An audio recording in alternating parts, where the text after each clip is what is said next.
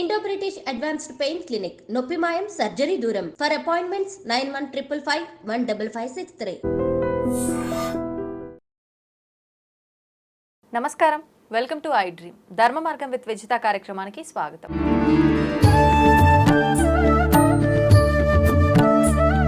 అయితే మార్గశీర మాసం ప్రారంభమైపోయింది. ముఖ్యంగా మార్గశీర మాసంలో లక్ష్మీ అమ్మవారికి సంబంధించిన పూజలు ఆరాధనలు ఎక్కువగా చేస్తుంటారు. కానీ మనం లక్ష్మీ అమ్మవారి ఆరాధన అనగానే ప్రత్యేకించి శుక్రవారాల్లో చేస్తూ ఉంటాము. అలా కాకుండా మార్గశీర మాసంలో ప్రత్యేకించి గురువారాలకు ఎక్కువ ప్రాధాన్యత ఇస్తూ ఉంటాము. నిజంగా ఈ పూజా విధానం ఏ విధంగా ఉండాలో తమతో మాట్లాడి తెలుసుకుందాం. ప్రస్తుతం మనతో పాటు ఉన్నారు ప్రముఖ ఆధ్యాత్మికవేత్త లక్ష్మీ నరసింహ ఉపాసకురాలు శ్రీమతి స్రవంతి గారు. ఇప్పుడు వారితో మాట్లాడి తెలుసుకుందాం. నమస్తే అమ్మా. నమస్తే అమ్మా. అమ్మ, మార్గశీర మాసం ప్రారంభం అయిపోయింది. అయితే ముఖ్యంగా లక్ష్మీ అమ్మవారి ఆరాధన ఎక్కువగా చేస్తూ ఉంటారు. కానీ మనం లక్ష్మీ అమ్మవారి ఆరాధన అనగానే శుక్రవారం ఎక్కువగా ప్రాధాన్యత ఇస్తుంటాం. అలా కాకుండా ఈ మాసంలో గురువారాలకి చాలా ప్రాధాన్యత ఉంటుంది, ప్రత్యేకించి అమ్మవారి ఆరాధనకి. అదంతా ఏంటో తెలియచేయండి. తప్పకుండా తెలియజేస్తాను. మనకి లక్ష్మీ అమ్మవారి అనుగ్రహం ఉంది అని అంటే గనక, ఉండాలి అనుకుంటే గురువుని పూజించాలి. అలాగే ఉంది అనుకుంటే గనక గురువు అనుగ్రహం కూడా మనకి కలుగుతుంది అన్నమాట. అంటే మన జీవితంలో ఎంతో అంధకారమైన రోజులు ఉన్నాయి అనేది ప్రతి ఒక్కళ్ళ జీవితంలో ఒక్కొక్క ఫేజ్ ఉంటుంది. మేము అప్పుడు చాలా కష్టపడ్డామండి అని చెప్తుంటారు, లేకపోతే ఇప్పుడు పడే కష్టం ఇంతకు ముందు ఎన్నడూ పడలేదండి అని చెప్తుంటారు. ఇవన్నీ ఎందుకంటే ఇంత కష్టమైన రోజుల్లో మనకి ఎవరిదైనా తోడు ఉండాలి, మనకి మార్గదర్శకంగా తీసుకుని వెళ్ళాలి అంటే గురువు అనుగ్రహం తప్పకుండా ఉండాలి. అలాంటి గురువు అనుగ్రహం లభించాలి అని అంటే అమ్మవారి అనుగ్రహం కూడా ఉండాలి. అందుకే మీరు చూస్తే కనుక గురువారాలకి లక్ష్మీ వారము అని కూడా పేరుంటుంది. ఇప్పుడు మార్గశిర మాసంలో చూసుకుంటే కనుక దత్తాత్రేయ స్వామి వారు కూడా మార్గశిర మాసాన్ని ఎన్నుకున్నారు. దత్త పౌర్ణిమ, ఈ మాసం వచ్చే పౌర్ణిమని దత్త పౌర్ణిమ అని అంటారు. కాబట్టి ఈ మాసం చాలా విశిష్టమైనదిగా మనం చెప్పుకోవచ్చు. అలాగే గురువు అనుగ్రహం లభించాలి అని అంటే గనక, అలాగే అమ్మవారి అనుగ్రహం లభించాలి అని అంటే మార్గశిర గురువారాల వ్రతం అనేది ఉంటుంది అనమాట.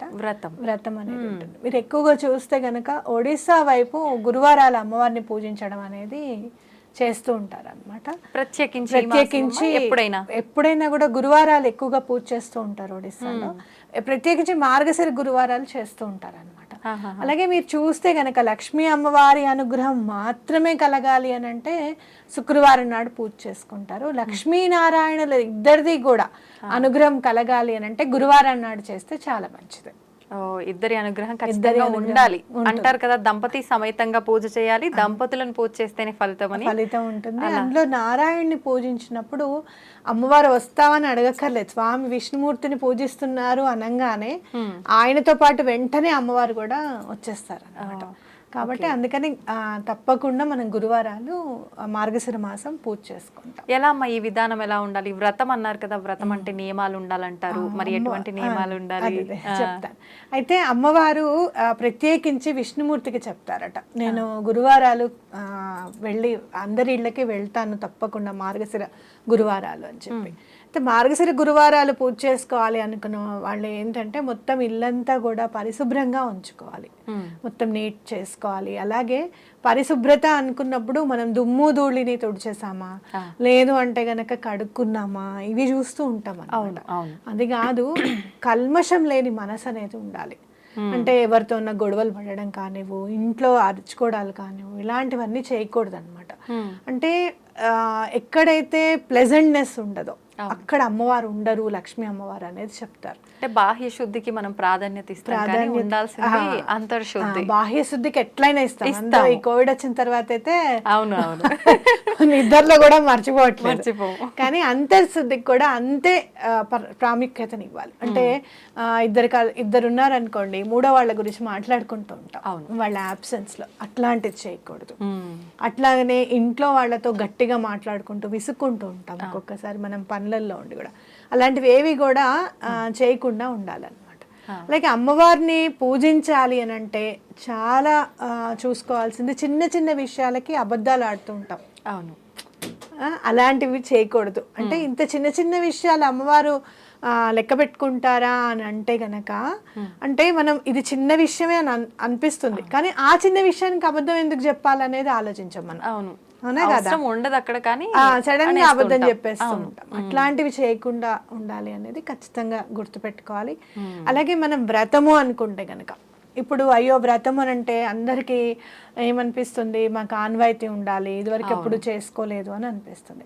అట్లా వ్రతంలాగా కాకుండా గురువారాలు అమ్మవారిని పూజించుకుంటే గనక గురువానుగ్రహం కూడా కలుగుతుంది అని చెప్పుకోవచ్చు. అలాగే మనం ఏమైనా ప్రసాదాలు పెట్టాలి అని అనుకుంటే పులగం కానీ, లేకపోతే బెల్లం కలిపినది ఏదైనా కూడా, చక్కెర పొంగల్ కానివ్వు, లేదంటే పులిహార కానివ్వు, ఇలాంటి పూర్ణం బూరెలు కానివ్వు మనం చేసుకుంటూ వెళ్ళాలి. ఒకవేళ వ్రతంగా చేసుకుంటే కనుక అందరూ ఏం చేస్తారంటే మార్గశిర మాసము ఏవైతే గురువారాలు వచ్చాయో ఆ 4 గురువారాలు చేసుకుంటూ వెళ్ళిపోతారు. కానీ పుష్యమాసం వచ్చే గురువారం కూడా పూజ చేయాలన్నమాట. అప్పుడే అమ్మవారికి 4 గురువారాలు చేసిన ఫలితము మనం పుష్యమాసం వచ్చిన గురువారం కూడా చేస్తేనే ఫలితం దక్కుతుంది అని. అంటే నెక్స్ట్ మాసంలో వచ్చి ఒక ఒక గురువారం యాడ్ చేయాలన్నమాట. ఎందుకనమ్మా అలా? మీరు చూస్తే గనక ఎక్కడైనా చూడండి, వెంకటేశ్వర స్వామికి మనం పూజ చేసుకుంటే వడ్డీ అనేది కంపల్సరీగా. అవును. అంటే మీరు 7 వారాలు చేయడం కాదు, 8వ వారం చేస్తే చాలా మంచిది స్వామికి అని చెప్పి. అలాగే మీరు 7 ఒత్తులు వేసి దీపం పెడుతుంటే కాదు, ఇంకొక ఒత్తి యాడ్ చేసి పెడితే అది వడ్డీ కిందకి మనం అనుకోవచ్చు అనమాట. కాబట్టి ఆ లక్ష్మీనారాయణ ఇద్దరిని పూజించుకుంటాం ఇందులో. కాబట్టి పుష్యమాసం కూడా పూజించడం చాలా మంచిది. అలాగే మీరు చూస్తే గనక రేపు 15వ తారీఖు నుంచి ధనుర్మాసం స్టార్ట్ అవుతుంది. అవును, ధనుర్మాసం స్టార్ట్ అవుతుంది. అప్పుడు ధనుర్మాసంలో కూడా ఒక గురువారం చేసినట్టు అవుతుంది అనమాట. అంటే అమ్మవారిని ఒక్కరినే మనం పూజించినట్టుగా ఆరాధించినట్టుగా కాకుండా అయ్యవారిని కూడా ఆరాధించినట్టు అవుతుంది అనమాట. అందుకని పుష్యమాసం కూడా ఒక గురువారం యాడ్ చేయమంటారు. ఓకే. అయితే ఇప్పుడు మీరు చెప్పినట్టుగా నార్మల్గా మనం నిత్య పూజ చేసుకున్నట్టుగా ఆ గురువారాలు సింపుల్ గా చేసుకుంటే సరిపోతుందా? లేదు అంటే ఒకవేళ వ్రతంలా చేయాలి అని అంటే అంటే నిష్టలు, నియమాలు, ఇంకేమైనా ప్రత్యేకించి ఆరాధనలు? వ్రతము అనేసరికి బ్రహ్మచర్యం తప్పకుండా పాటించాలి ఆ రోజు. అట్లాగే ఉపవాసం అనేది ఉండాలి. అంటే ఎవరిదో ఏదో పర్వాలేదులేండి, మీకేం పర్వాలేదు, మీరు ఆఫీస్కి వెళ్తారు కదా, సాయంత్రం పూజ చేసుకోండి, ఇట్లాంటివి ఉండద్దు.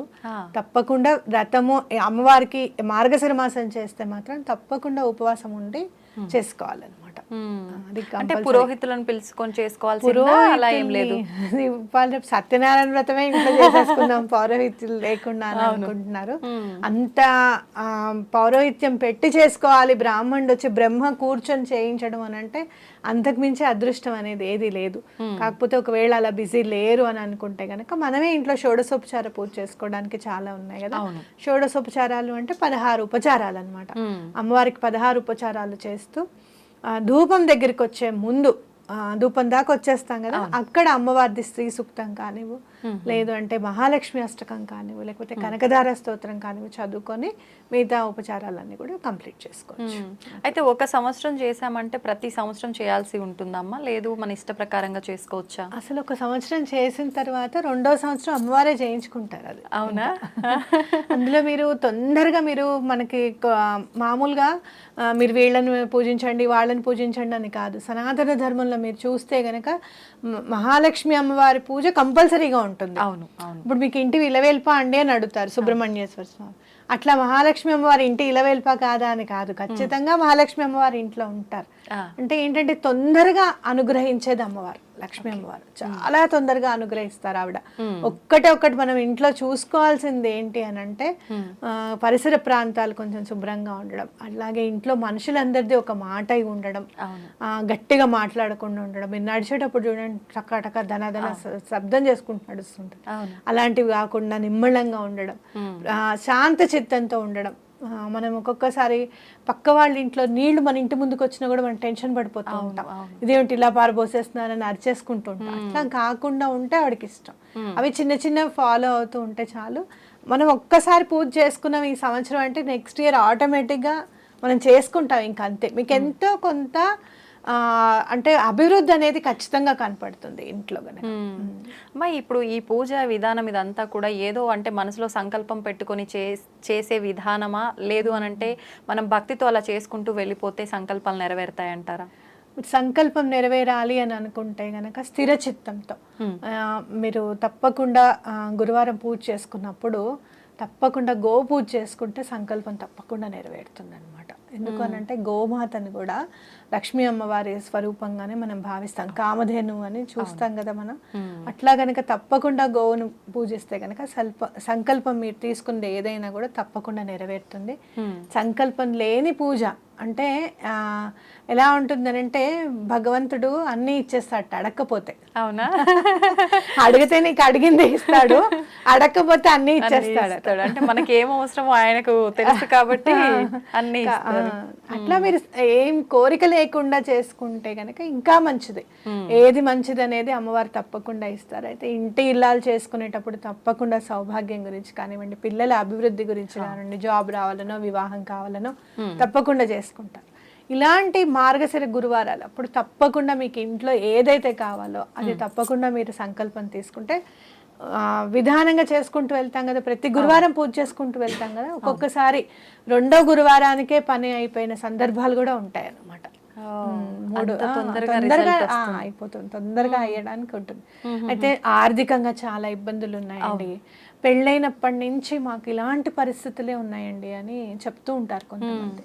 లేదు అంటే గనక ఒక పెద్ద పని కోసం చూస్తున్నామండి, అది అవ్వట్లేదు, లేదంటే యాన్సెస్ట్రల్ ప్రాపర్టీస్ మీకు రావట్లేదు, ఇలాంటివన్నా కూడా ఏమైనా కూడా మీరు ఈవెన్ మీరు ఏదైనా వ్యవసాయం పని ఏదన్నా ఉన్నా కూడా అలాంటివి కూడా తప్పకుండా నెరవేరుతాయి. మీరు చూస్తే కనుక ధాన్యలక్ష్మి అమ్మవారు అని చెప్పి మనం అమ్మవారిని ధాన్యం రూపంలో కూడా పూజించుకుంటూ ఉంటాం కదా. కాబట్టి అలాంటివి కూడా మీకు అవడానికి అవకాశం ఉందన్నమాట. అది అందులో మీరు చూస్తే మార్గశిర మాసము అనగాష్టమి వ్రతం కూడా వస్తుంది మనకి. పౌర్ణమి తర్వాత వచ్చే అష్టమి నాడు మనం అనగాష్టమి వ్రతం చేసుకుంటాం. అనగా దత్తుడు పక్కన అమ్మవారు లక్ష్మీ స్వరూపంగా అమ్మవారు ఉంటారనమాట, త్రిమూర్తాత్మకంగా. కాబట్టి తప్పకుండా పనులు అవ్వడానికి ఈ మాసం చేసుకునే పూజ మాత్రం 100 రెట్లు తిరిగి వస్తుంది అని ఖచ్చితంగా చెప్పుకోవచ్చు. సంతోషం అమ్మ, చాలా మంచి విషయాలు తెలియజేశారు. ధన్యవాదాలు.